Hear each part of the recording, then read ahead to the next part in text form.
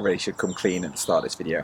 I've made a video about compost, and I know that doesn't sound that exciting, but before you click away, this may be one of the more significant sustainability decisions that we make in 2021.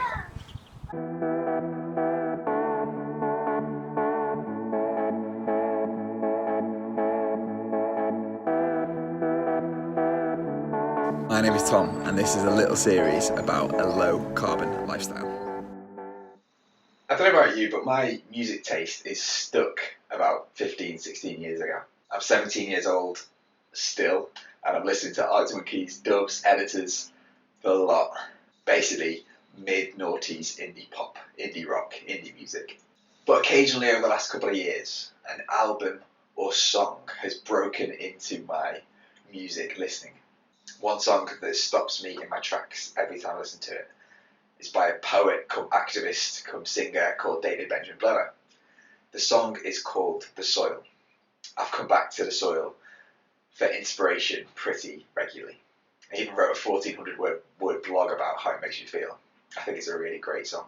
The song is basically a big call to action, and it's a call to action across the board, calling us to plant trees, grow flowers, to share our resources, and to put our hands in the soil.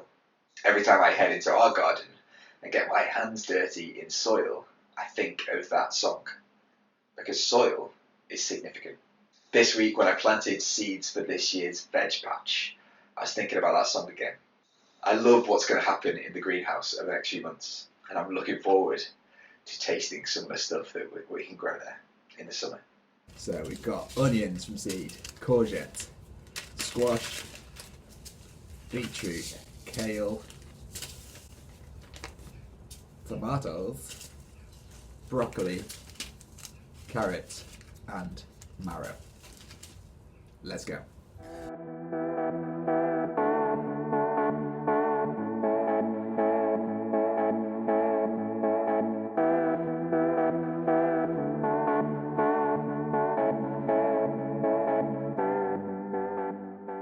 I've planted hundreds of seeds. I'm convinced not all of them will survive, but over the next few weeks I'll be coming back into the greenhouse and watering them. We've put it in peat-free compost, and back in the house I'll tell you why peat-free compost is important. But yeah, I'll keep you informed about how the plants are doing over the next few months. So, peat. Who is he and why is he important?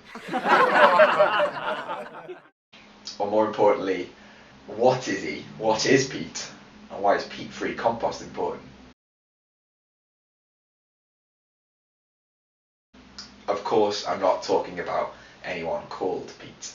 But peat, P-E-A-T, is what makes up most of the soil around a boggy area, what we'd call boggy or wet areas of land. A peat bog is basically a big area of kind of wet moss. And those wet areas aren't great for much of what we like to do. So much human activity, growing food, grazing cattle, all that kind of stuff. But peat bogs do have some really important qualities. So first of all, they're a great habitat for wildlife and stuff growing. They're a great way to manage water and to avoid flooding. They can actually preserve the record of vegetation or landscape or how we as humans interact with landscape for hundreds of years. So ancient peatland can be really invaluable for archaeologists. But as always, for this conversation, peat is also a really important store of carbon dioxide. The National Trust calls all these services that peat provides to us, they calls them ecosystem services. Peat does a lot of the heavy lifting in keeping ecosystems going in the UK. But to do all that stuff, to have all those qualities, peatland needs to be a bog. It needs to be wet.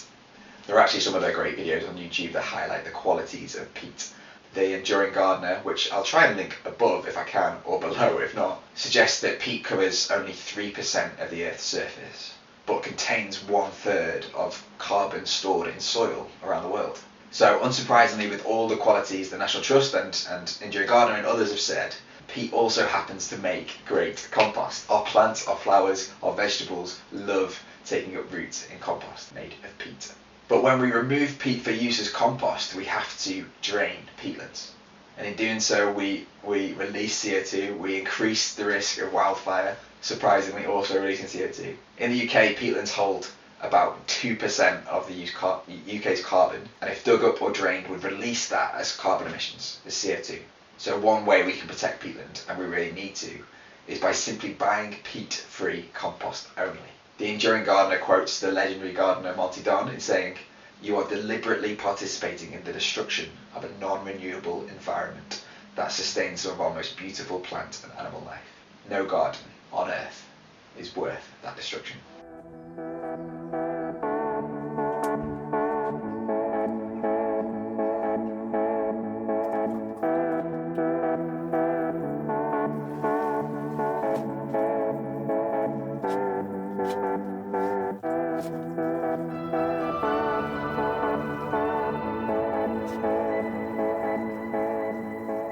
Back in 2011, the government pledged to end the use of peat in garden resources by 2020 and in commercial use by 2030. From what I can tell, we can still buy compost with peat in it. Peat is also at risk when moorlands are managed by burning. And burning of moorlands tends to happen once a year to burn away the new growth of plants. Why? And to allow for grouse shooting. Therefore, fairly pointless and an irresponsible use of land by a lovely landowning gentry. A coalition of everyone. The RSPB, the National Trust, Plant Life, Countryside Charity, CPRE, Friends of the Earth, the Soil Association, the Wildlife and Countryside Link, as well as the International Union for the Conservation of Nature, are calling for a ban on peat burning. It's absurd that we burn vast swathes of land just so wealthy people can shoot birds. Peatland restoration in the UK is a significant part of our government's plan to be net zero by 2050. The Committee on Climate Change suggests that effective restoration and management of peatland would significantly contribute to reducing our emissions. They say it would contribute by annually reducing our emissions by 10 megatons by 2050. 1 million tonnes of CO2. That's a really significant chunk. So we need to protect peat. We should choose the peat-free option in any garden centre. We should actually ask the garden centre to stop stocking compost containing any peat. And we should ask government to bring forward legislation to ban peat burning. But if you pick any of those, just don't buy compost if it has peat in it. Simple. Really, really easy. As well as that, compost is something that we can all make at home. We can all make our own. I've been amazed at the quality of the soil that we get out of our compost bin, out of just from food waste, some scraps of paper and cardboard maybe, some garden waste, and the occasional egg box. It's really amazing what composting can do. It does, however, show you occasionally that those wrappers that have compostable or biodegradable on them really aren't in the short or medium term. I've been a bit disappointed to dig out some lovely dark compost only to find a compostable wrapper right in the way. But maybe that's a different video for a different time. So, if you're going to plant anything this spring, and I really would encourage you to, for Pete's sake, buy peat-free compost. So we've got loads of different types of tomatoes.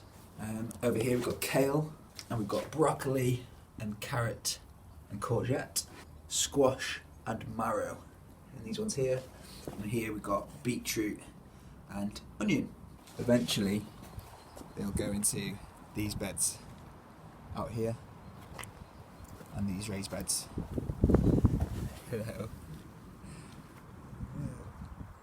Please do like this video, comment below on what you're going to grow this year, and subscribe to this channel. Let's keep fossil fuels and peat in the ground where it belongs. If you want to see how I built our raised beds, I recorded it in this short video that I'm going to put here, and you could think a little bit about how we eat sustainably, including some home growing, in this video with Nikki. I'm going to put here. Maybe you can look into how else we might use our spending to prevent climate change with this one about finance here.